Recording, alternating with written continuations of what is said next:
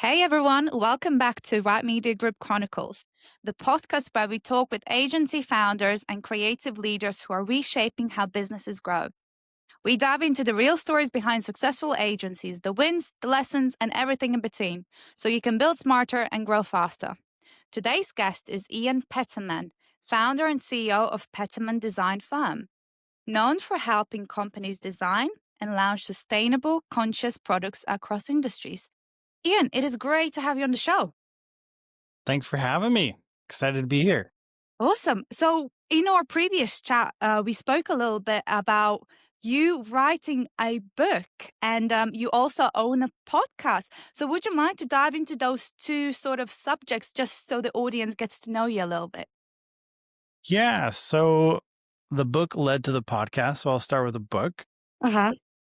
It was really kind of answering the question of what's your design philosophy? How do you think about about things? Which was great because, if you do design or anything, you kind of just do it, right? Very rarely do you actually sit down after spending 20 years doing something and go, how do I do it? You just do it. Wow. Yeah, because it's natural to you. Yeah. Right. You don't, it doesn't require any kind of thought. You're just like, well, I don't know. I just do it. So great exercise. Even if you're not going to write a book, highly recommend going through the exercise. That was it. That's where I started. And then kind of did a lot of research. So the basis is conscious design is how do you design while thinking about sustainability and inclusivity, and how do you actually think about the customer, right? There's human-centered design, but there's a lot more than just there's the business side. How do you tie all those pieces together? And so that's how I think when I'm designing stuff. So did that. And through that research, I found a lot of companies because I wanted to have references of if you're reading the book, like, here's some good actual Yeah, I'm not just examples, not making this just up. like, yeah, it's not just theory, like, just making it up. Here's examples of companies that are doing, at least part of it really well. Like who can you copy basically? And once I did that, I was starting to get onto podcasts at the same time and trying to just kind of promoting myself, right? Getting into it. Really loved that. Did a little podcast tour with the book, went on like 12 podcasts just for the book. And kind of at the end of that, I was like, I really like this. I should just keep talking to these people because I really enjoyed researching these companies that are doing awesome things. And so that turned into, well, I'll just do a podcast all of my own. And so now I've been doing that for, the book was in 21 and then kind of 2022. So about three and a half years been running the podcast now. So yeah, it's fun. How many episodes do you have? Oh, we're almost weekly. So I want to say we have about 150 right now. Wow. Well done for making it past episode 10. That seems to be the benchmark where It everyone jumps is. podcasting.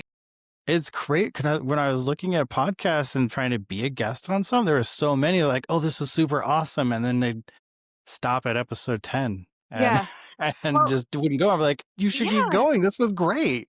Yeah, exactly. I don't know. I mean, to be fair, apparently there's a honeymoon period to podcasting. Do you agree to that? You do? Awesome. Okay. Well, I'm still in a honeymoon phase, so you're getting the Well, best of me. yeah. Well, I think it's one of those like it is, if you actually like it though, it always stays fun. And I think sometimes people do it because they're more like, oh, my PR or my marketing person said I should do. And Yeah, so and they're it's like like a must do reluctant. rather than having fun and being present. I have fun. It's something that I love. I love doing it because I get to talk to cool people about what they're doing.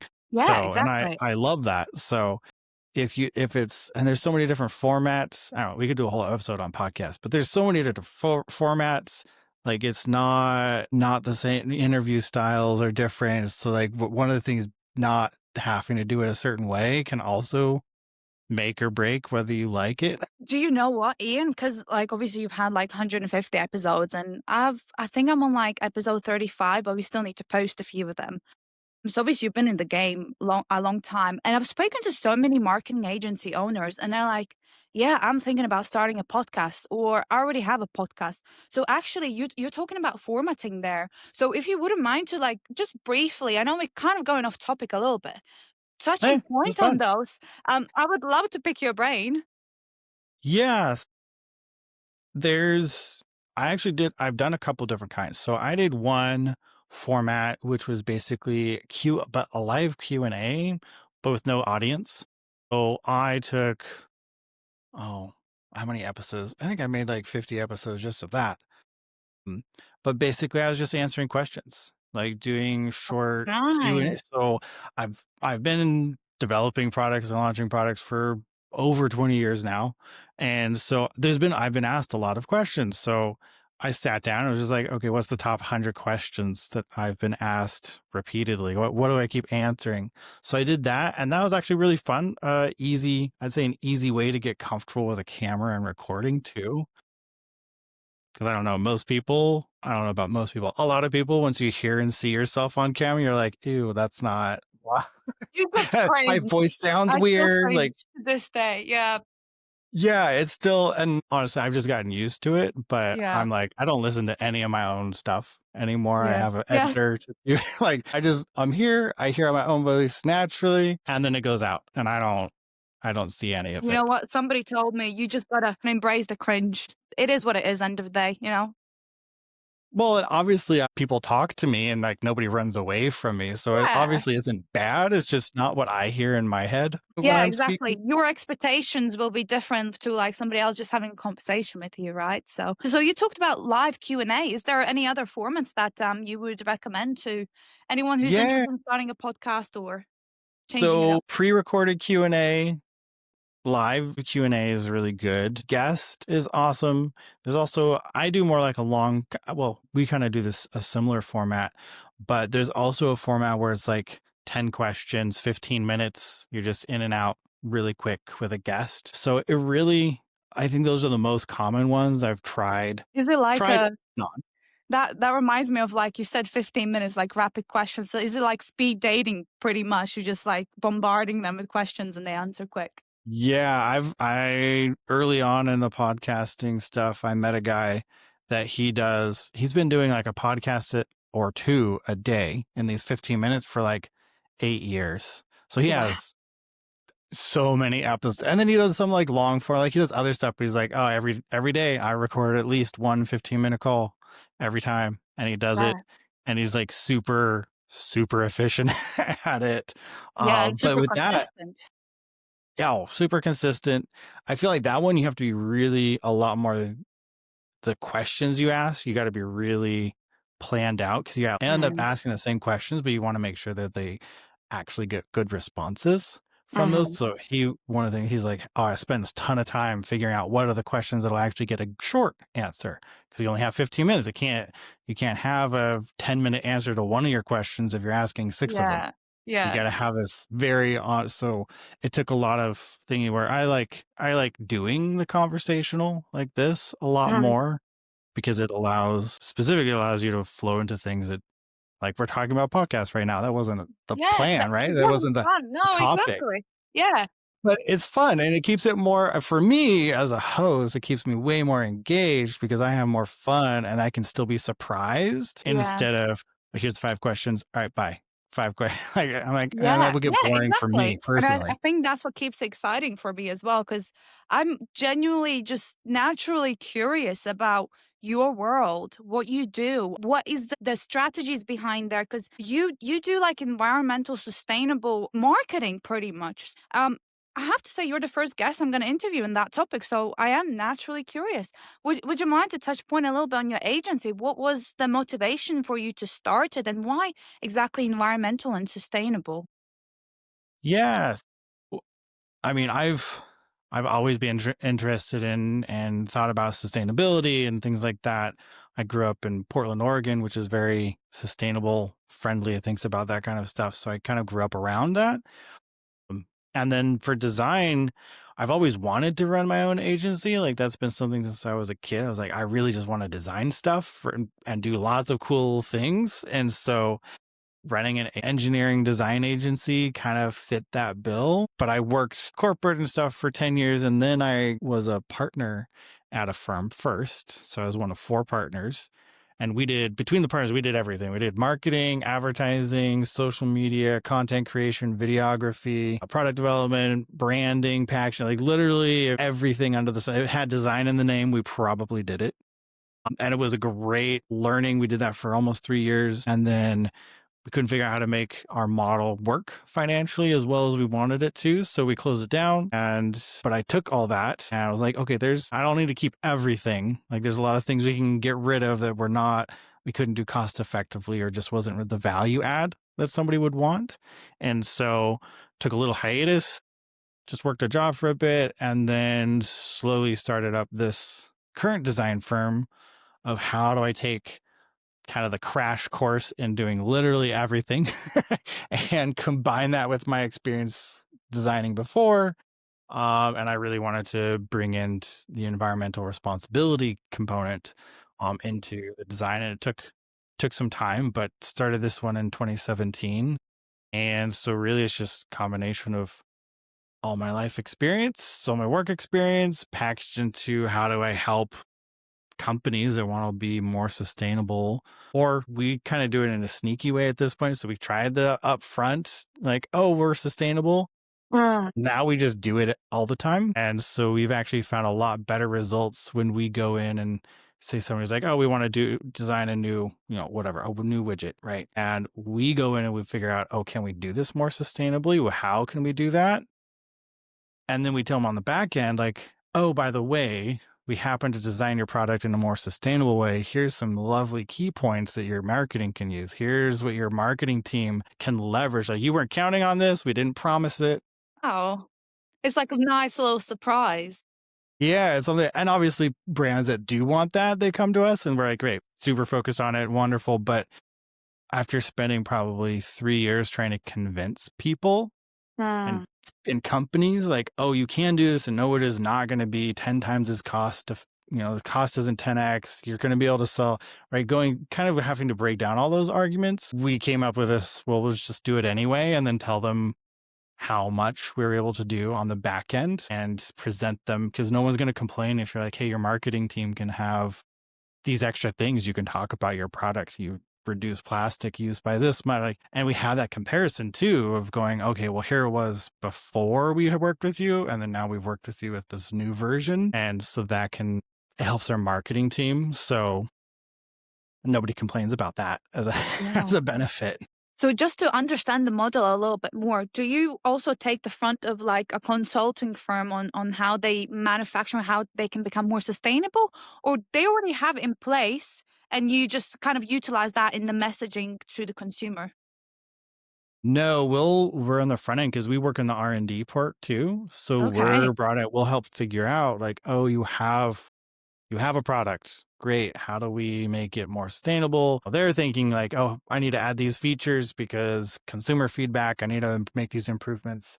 And so we'll look at those too and we'll implement those, but we're also looking at it right from not only is it good for the planet, but it's good for marketing on the back end. If you can actually make some sustainability improvements, those are things that when you get to the marketing stage, especially if you're marketing towards anybody younger, those are really, really important markers to be able to hit. And so we're always thinking about it from we're going to develop the product. We're going to help you do that.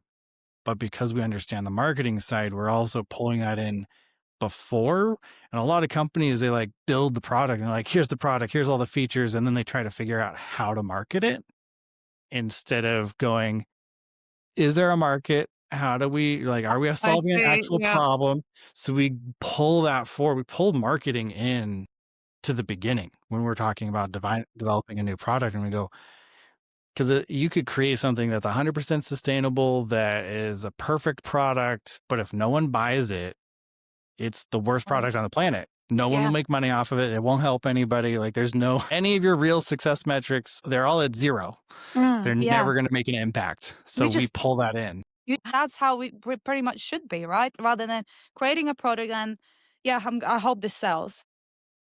Well, so I don't know how it still is an idea because we all know empirically it's not true, but the whole build it and they will come is still this mentality that I feel like companies have of, well, if you build something, of course people will buy it.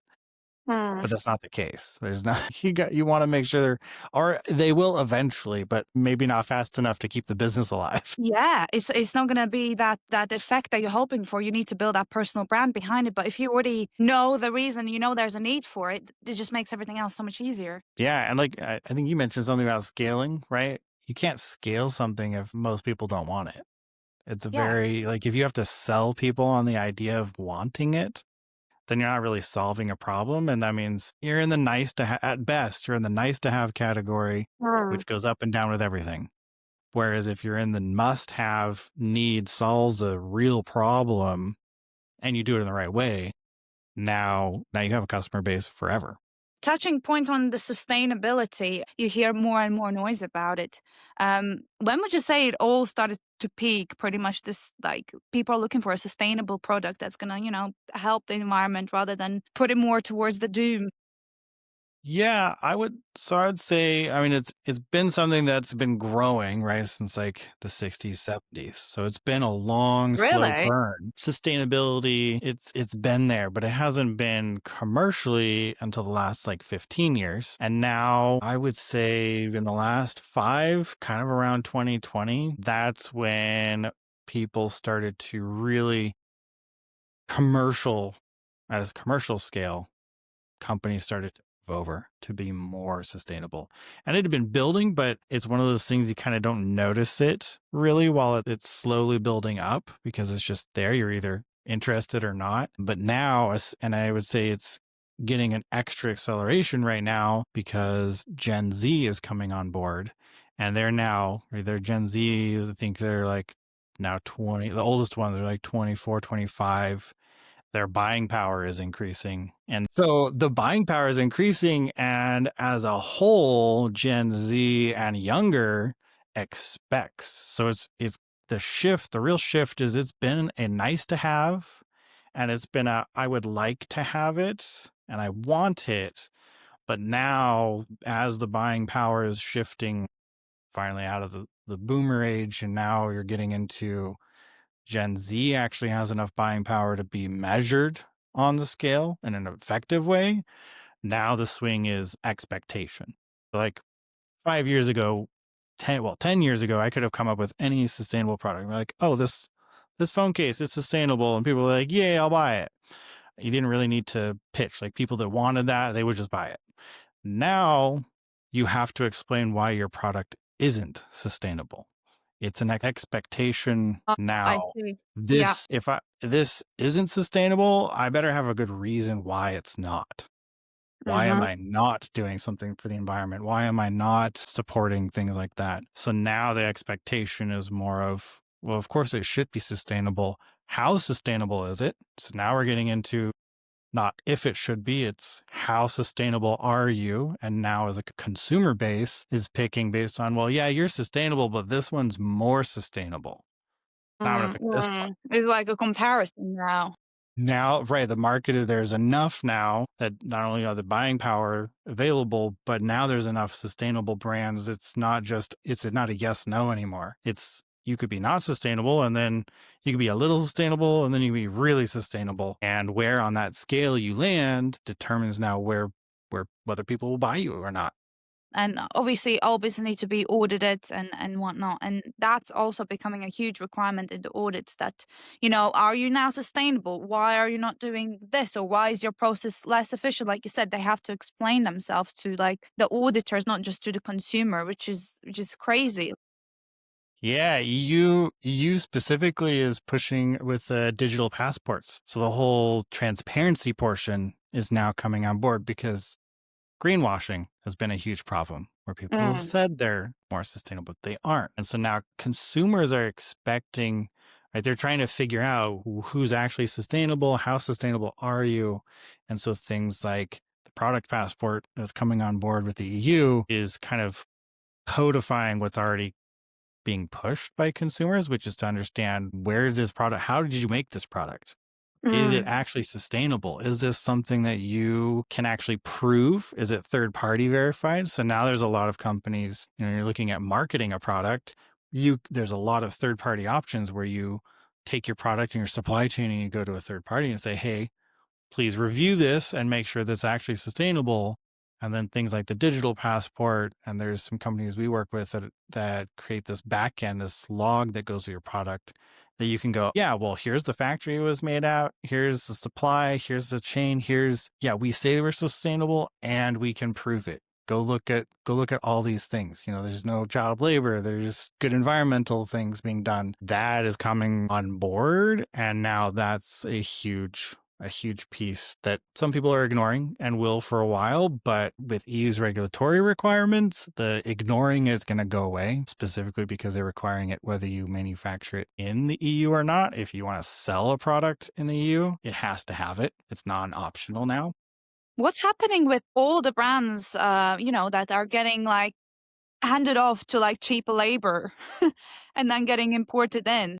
They won't be able to get into the EU anymore because they'll Wow. have to have transparency on it, which means as soon as people realize you're using child labor and bad practices, no no one's going to want to buy it anymore. That is happening. The days of being able to hide or just, offshoring isn't naturally bad, but if you offshore poorly, you can't hide that anymore. To be honest, I heard about when you said like digital passports. I kind of because UK is trying to implement digital IDs for the people. I didn't actually Well, I've heard about realize that. there is one for like a digital passport required for products, or is that something they're working on to make sure it becomes a thing now? So 2020, I want to say is end of next year or 2027. It's already been passed. It's happening, and everybody has like 12 months left to comply. And yeah, it's not a passport like you would normally. It's not your passport. Yeah. It is a digital, how would I describe this? It's like basically a tiny web page Uh-huh. for each product. So that means when I take let's say I have this phone case, this would have like a QR code or an RFID chip in it. And you would, tap, scan, and then on your phone, you'd be able to pull up and go, this product here's the batch number, here's the serial number. This product was made in this country. It was shipped to this other country to get final, whatever, the last thing attached to it. Uh, all of that information. Of course, you can add other things. You can say, hey, we're part of 1% for the planet. We donate, right? There's a huge marketing opportunity. So I'm actually working with a company on the technology side where we're creating this marketing platform to go, yeah, you're going to have to stick this. If you sell in the EU, you're going to have this digital thing available for the customer. Mm, that's very That's they're good. going to be able to Yeah. access this. How do you leverage that and make it actually useful? A lot of Hmm. people are doing it and they're like, it's super boring technical information. It's like reading an ingredient list. You're like, okay, it's there. Yeah. Why do Yeah. I, right? It's there technically, but it's like an ingredient list on your food. No one's excited about it. It doesn't really, outside of, the one time you read it to see if it has anything you're allergic to or don't want to eat, it's useless. And so we've developed a way to turn that into something that you can actually put advertising on, you can put information on, you can make it more engaging so that customers actually want to Yeah. go there, can Yeah. actually leverage that space. To me, it's really exciting. I think it's some companies are looking at it and going, oh, we have to make this passport. It's such a pain to do. I'm looking at it going, well, you should have been tracking your supply chain anyway. And if it's shady, you should have fixed it already. So boo, don't care. Like fix that. Which if Yeah. we can help you fix that.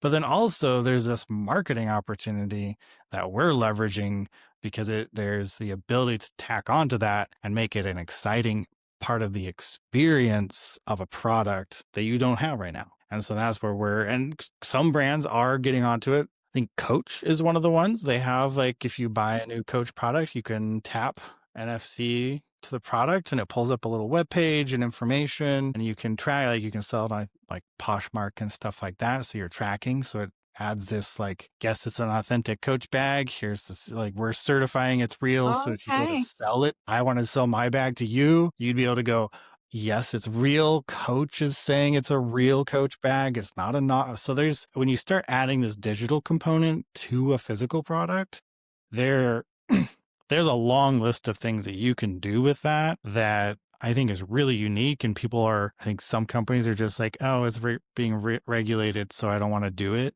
and not realizing what the potential of it is. So we're in that place where we're kind of educating our customers and like, don't be afraid of the regulatory, embrace it right now and be ahead of the curve, because if your stuff looks cooler and interacts better and you create a better experience for your customers, your customers are going to like this. This is now a marketing expense. This gets an ROI to you. Like, we can make this valuable. Like, this will actually make you more money than it's going to cost to comply with the regulatory requirements. So it's sometimes you have to convince people a little bit, but I feel like that's this is where something new, right? Even it's with brand new. marketing. I'm sure there were days like when, I don't know, when you started your agency or years ago, where you had to convince businesses that investing in marketing is actually an ROI. And it's the very same scenario with this. Yes. Well, you had to every SEO when that started to be a thing. You had to convince Yeah. people SEO was real, and then you had to convince them it was worthwhile, right? I feel like and that's where to me, this digital passport thing is an opportunity to take advantage of that, and instead of waiting until it implements and then trying to fight fines, embrace it, make it happen, and leverage it into a marketing tool. You know what? I imagine this shakes up a lot of business, especially smaller scales that don't really have the budget to now, change this whole aspect into that manufacturing. But at the same time, I love the fact that you're just utilizing and leveraging this gap that's coming out. So well done to you for staying on top of the curve. When did you exactly start? Soon as it got approved, or when did you start thinking about? No, I've been knowing that this has been coming for like 4 years. It's been discussed for years. So I knew ahead of time, and then technology, I happened to meet a guy locally that they had some really cool technology that they were trying to implement, kind of a digital passport for products, but like on the authenticity side. And so that was great. And then as soon as kind of you see both converging and you have this authenticity requirement that some brands do, like Coach and other expensive whiskeys and things like that. And then you have something like the EU coming along and saying, yeah, we're talking about implementing this. That's when you just kind of see things converging and you go, yeah, we should probably jump on this, because Mhm. if they're talking about it and we were seeing it from like a marketing standpoint, we're like, whether the EU goes through or not, this is a marketing tool. Like, this should be grabbed onto immediately, because very rarely do you get a true new platform to be able Mhm. to market or create a customer experience with. Right? Another social media, there's already social media. Like, if another company came up and turned into the next Facebook, like, it's already been done. We already know how it's the same kind of stuff. It's not really new. It's just a new URL. Whereas something like this is very new. It's tied to your physical product, which, yeah, It's gonna be huge, if not already. How are you planning to escalate this message and awareness, like you said? I mean, I do podcasts, so I talk to people. We obviously talk to all of our clients and anybody that we talk to about marketing. If you're doing a really good job going through your marketing strategy, and that's what we typically like to focus on, is really the brand positioning and marketing strategy side. If you're good at that job, you should be aware of all the things. So this now is just another piece where we go, hey, we're going to look at what are all the channels that you can use. Yeah, there's social media, there's PR, there's billboards, you can go through that list. And now there's just this new item. You go, okay, well, this is another thing on the list that we have to look at. And does it make sense? If it's a digital product, you don't care. You don't need it. You don't need Yeah. this technology. It's But going a if bit you're far. yeah, you're already there. But if you are a physical product and you haven't looked at this, then that becomes a conversation. Okay, well, we should be looking at this. Like, does this fit really well into how you're going to launch this product and market it, and to keep it in front of people's faces? What would you say? Obviously, this will play in benefit to your agency because it's like another thing that you're doing, which is awesome. But what would you say? Is there anything else that's working really well for your agency right now? Yeah, I mean, as far as an agency goes, we do really well. We've slowly been adding, so kind of back to like how we got here, we've slowly added services, and we don't like this new kind of designing for this marketing digital passport is one of the more recent ads that we've done, but really just listening to our customers and going, okay, what are you actually asking us to do? What do you need? What makes a good fit? And so we've slowly expanded So now we do industrial design, we do the mechanical and electrical engineering, we do branding, packaging, the brand strategy, marketing strategy kind of things. And that has worked really well of umbrellaing that. So one of the big trends over the last 5 years is that agencies, even really big ones, are kind of in-housing. So it's getting more companies. Not that you want everything under one umbrella, but if they're really tightly working together, it is a lot more efficient to have it under one house, one umbrella. And so we've found that being able to offer kind of this suite of services around developing and launching a product has been really helpful for us from operational standpoint. It's much easier than us managing multiple agencies too. I've done that. I've managed like 7 agencies for one project. You can do it, but it's not as efficient. There's a lot of just wasted time and effort. Yeah. You're So probably going to go insane. I don't know how you did that. Wow. it was 12 months long, and I'd have to paid a lot of money to do that again. I will. It was quite the headache, and just not as efficient as it could have been. So that's where I think what's really going well is if you can add a service under your umbrella that increases efficiency, that's great. Do that. And that's where every time we've added something, we've been very careful to go, is this going to actually speed up things? Will it like make sure that it really is adding value and not just, if it's just a cash grab, like, yeah, you can, but is it going to cost overhead? Like, is it going to become harder to run? Then we don't do it. Like it's not worth whatever money we might get if it causes us headaches down the road. So we've found that just umbrella in this really conscious, thoughtful way has allowed us to increase efficiency. Nobody can argue against that. Developing and launching a product, so you kind of help them from A to Z pretty much. Do you also help brands reposition themselves? Let's say they want to suddenly be more sustainable for their product, or they reposition their messaging. Do you also help them existing brands that already have a product as well? Absolutely. Yeah. So we do a split. It just depends on what they need. So sometimes, yeah, we'll end up going and redesigning a product or making some tweaks in their supply chain to become, it's the same product basically, but maybe we swap out some materials or something like that. So it's not, you don't always have to launch a brand new product. So, you can just modify what you have. And it really just depends on where they are in their cycle. Some companies come to us closer to where like, hey, it's kind of time to launch a new product. And so we'll look at that strategically and go, hey, your product's been out for 5 years. You haven't made any changes. If we're going to make these changes anyway, how about we just go through the process and see what else, like how else can we improve the product? And maybe it's time for a version 2 or 3 or 4. Let's go through that. But other times we'll have people that are like, they just launched a product maybe 12, 24 months before. And we're like, yeah, you should not be redesigning the whole thing right now. Let's take advantage. Like the design's good. We're just going to be swapping out some things and then giving your marketing a boost. Like that's really where you need is better marketing, better materials, better packaging, more sustainable packaging. And there's little things that you can do without having to invest a whole redesign because it's more expensive to Yeah, go but you know redo the whole. what? Rebranding the whole thing or relaunching the whole thing would be more beneficial for you, right? Because you just said it's a bigger budget, but you're being more considerate for the brand and the actual product and the survival of the business, which like end of the day, you're Well, you're we the want them to be a customer later. If they yeah, don't survive, if we use all their money now and they don't make it, they're not going to be a customer later.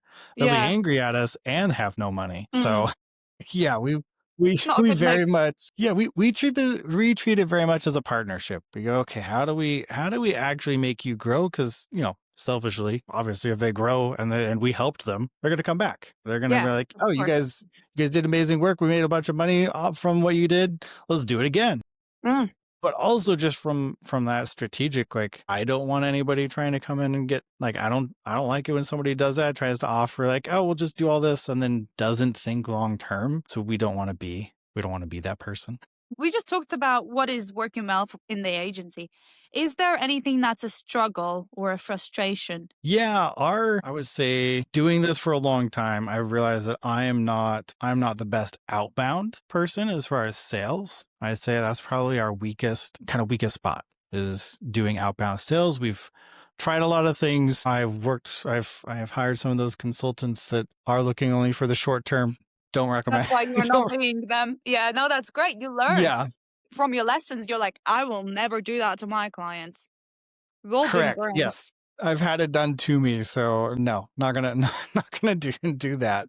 But yeah, our inbound is, I feel like, really strong, and that's how we've grown over the years. But our outbound is kind of one of those, I'd like to change it. It needs to improve, but at the same time, if our inbound is good, it's kind of one of those, I'm not sure. Been burned a couple times too with outbound that are terrible, which I will say, there's so many outbound agencies out there. I haven't had one work yet. How many have you tried? I think we've tried about 10. What? Really? Yeah, yeah, Wow. Well, look yeah, at all you. You're kinds. just hitting bumps all over. You haven't given up. Well, no, I can't give up. That would be quitting. Yeah. But no, we've tried advertising, cold email. We've tried outbound to like inbox. I've tried voice. We even experimented Mhm. with an AI voice outreach kind of call center. We've tried a lot of things. I think there's even people that do like professional networking for other companies. They're like rep you, but do networking. Tried that. I've tried a lot of different Everything that's out there, you've versions. tried.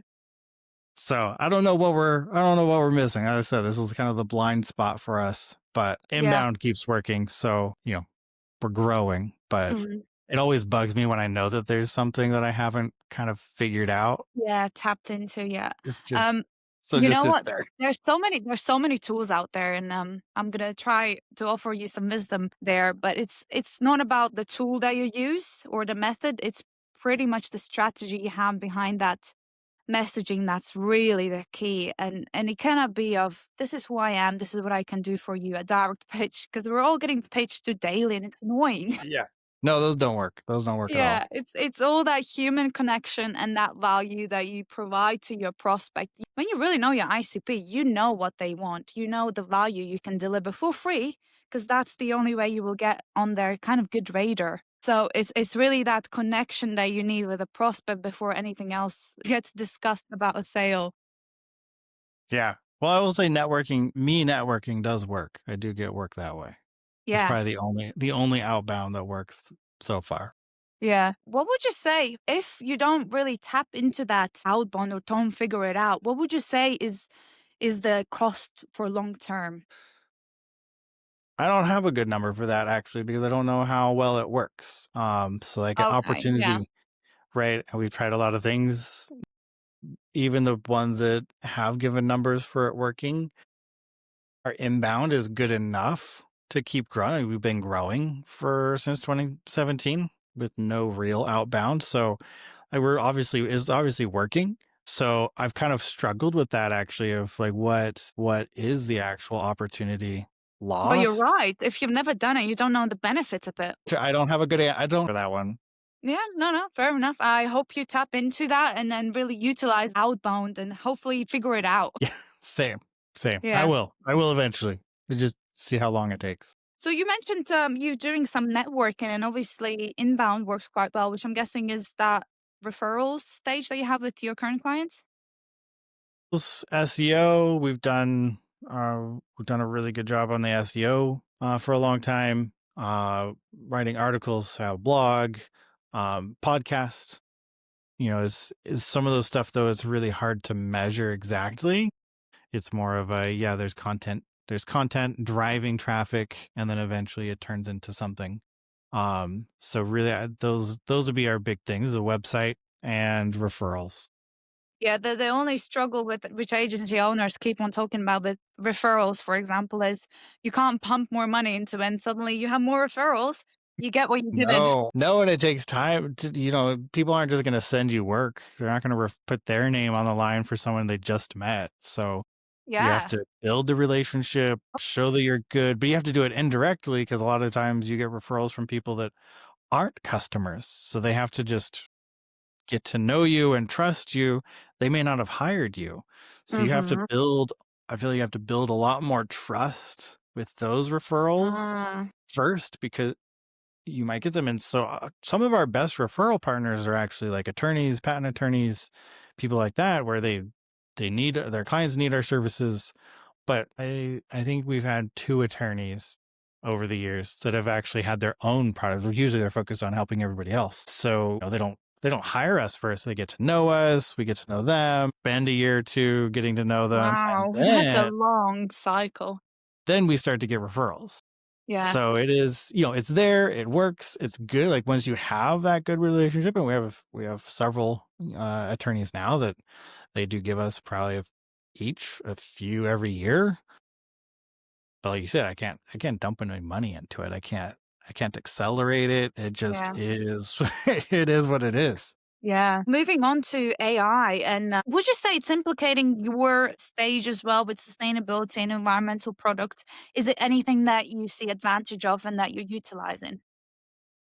Yeah, so AI is a whole topic, right? Yeah. A whole So podcast on that we one as well.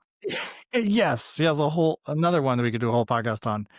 AI is really interesting for us because when we work on the R&D side of things, we cannot touch AI because AI language models, as soon as you type something in, even if there's a nice end user license agreement, really what it says is they have access to it at any time, which counts as disclosing, which means all the IP attorneys that we know, they have all basically been like, hey, don't put your idea into ChatGPT. It is technically disclosing it to an unknown amount of people, which means you can put your IP at risk for being able to even file in some cases. So like for us, it's far too risky to do it at a stage. That said, we have a partner that we've integrated into our process now on the sustainability side, and they're able to use AI with some generic information. So we're able to remove the proprietary stuff and give enough of a generic description of things, and it's able to give us a report on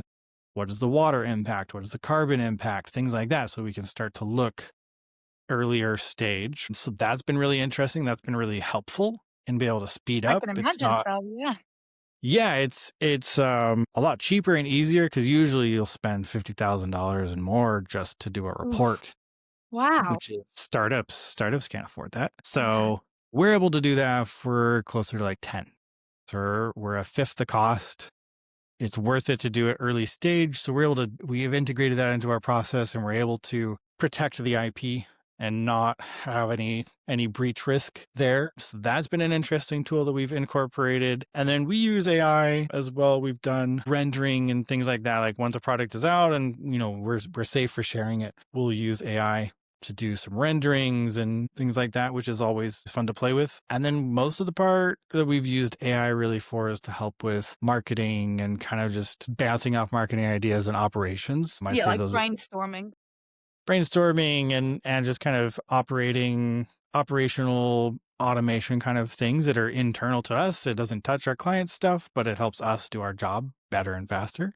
Those are the areas that we've seen the most benefit. I'm quite passionate about, because you said internal sort of optimizations. I'm passionate about workflows. We have workflows in our agency as well. What really works for you? I would say our biggest is what would be our biggest? We use some of the automation, really just it's workflows, helping keep on track. Some project management things Yeah. are useful with AI. So some of the tools that we use have AI enabled things, and we really enjoy using that. We haven't gotten into, I know some agency owners they've gone deep into it and they are building their own custom AI bots. We have not. We're more of if the AI tool is there and built and we can work with it, we'll use it, but we haven't dove into. And it's been approved, right, and tested? It's been tested. We know it's going to work. If it breaks, there's an expert we're already paying. We have support to be able to deal with it. So we used it that way.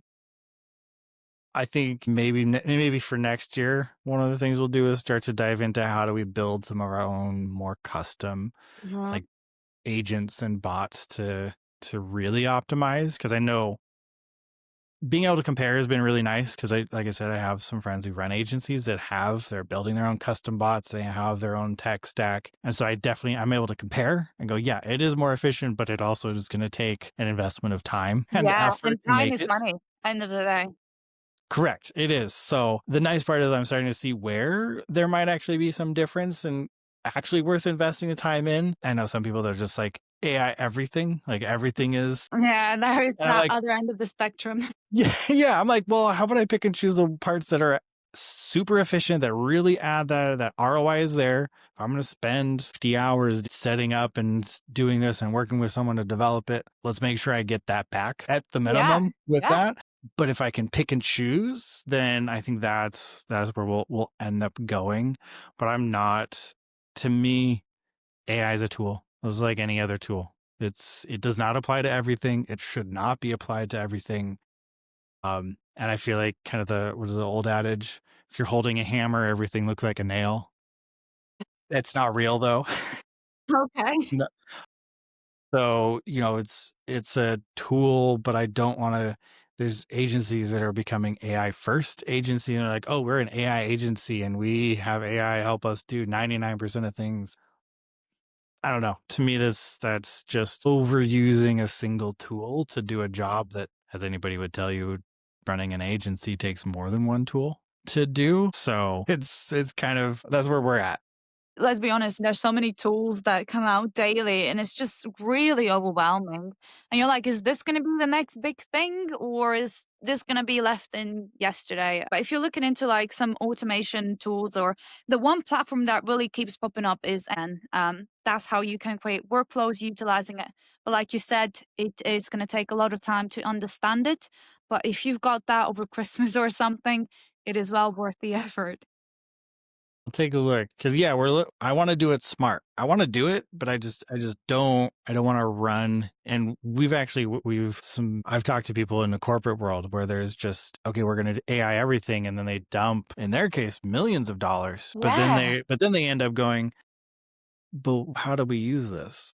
How do we how do we get people like our team won't use it? They won't use this tool, and they're not understanding that there's education. You got to make sure if you're running a little agency or a massive Fortune 500 company, you got to make sure that people will adopt it. People know how to use it. There's this training curve, no matter what, even if it's technically easy to use, you're still going in and changing, going, hey, you used to do ABC, but now you're going to do this is still, it might be easier, but it is different. So there's like this change management Mhm. where we're seeing, especially in the corporate world where they have bigger budgets to go way too hard into something too quickly without thinking, because Seen AI it is a all buzzword. over.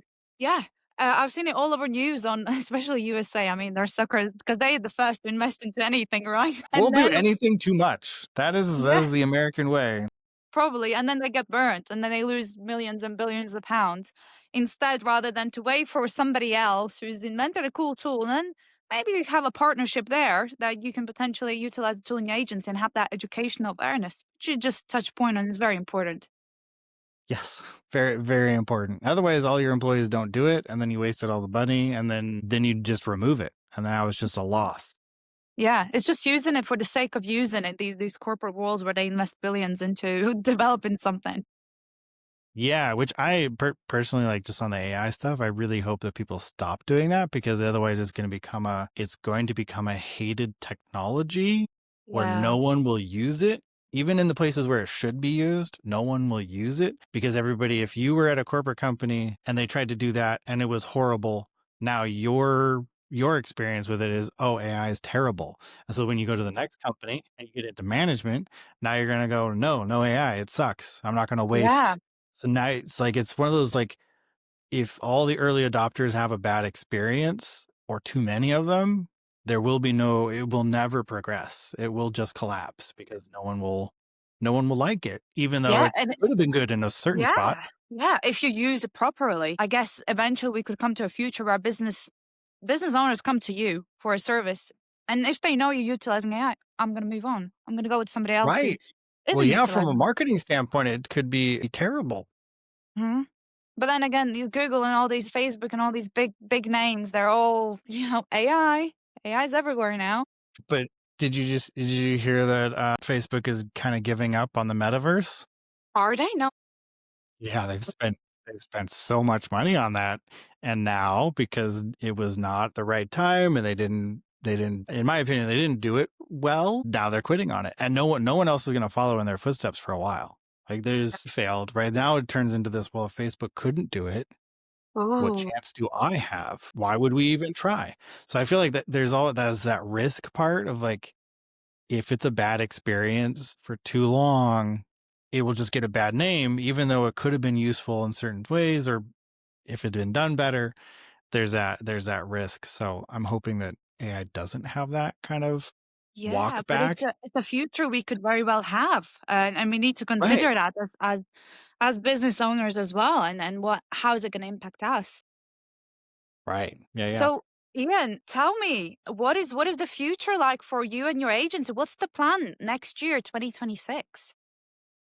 For just 2026, that is the year that we plan on scaling quite a bit. So we've been Great. working really hard behind scenes and getting things positioned.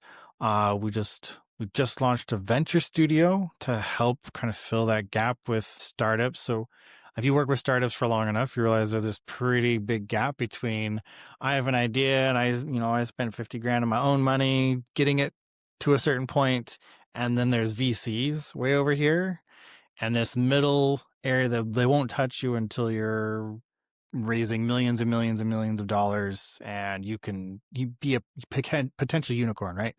So in this space between, there's a lot of services needed, there's a lot of support needed, and so the venture studio model is a kind of a services for equity kind of model, rather than, so we're able to, we'll help raise money too, but having done this for so long, there's this gap. And so I've You spent a long time yeah, figuring out that there's this gap here. How do you actually fix it? So we think that we can actually fix that gap with a venture yeah. studio model and be able to help all these cool ideas actually progress. And great, the VCs are there when we're ready. We'll go get their money, but you got to make it. You got to make it to that point before you can even be considered.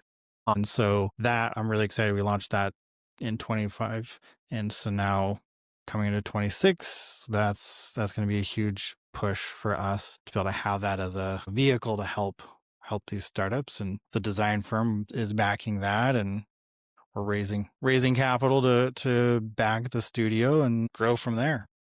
Awesome. It sounds like a beautiful journey. I hope that scaling goes well for you. And you're Thanks. really tapping into that sort of unknown gray area with your previous idea as well. You're really thinking outside the box, which is absolutely incredible. I'm sure you're going to achieve great things with your agency. Thanks. Yeah, outside of the box. Gotta find those Yeah. spaces. Yeah, you do. Ian, if people wanted to connect with you or find out more about your services, where should they look? Yeah, so I'm on LinkedIn. I'm pretty easy to find on all social platforms at Peterman Firm, pretty much everywhere. And then the best website is just petermanfirm.com, or you can go to ianpeterman.com as well. Both of those will have you finding me and the agency.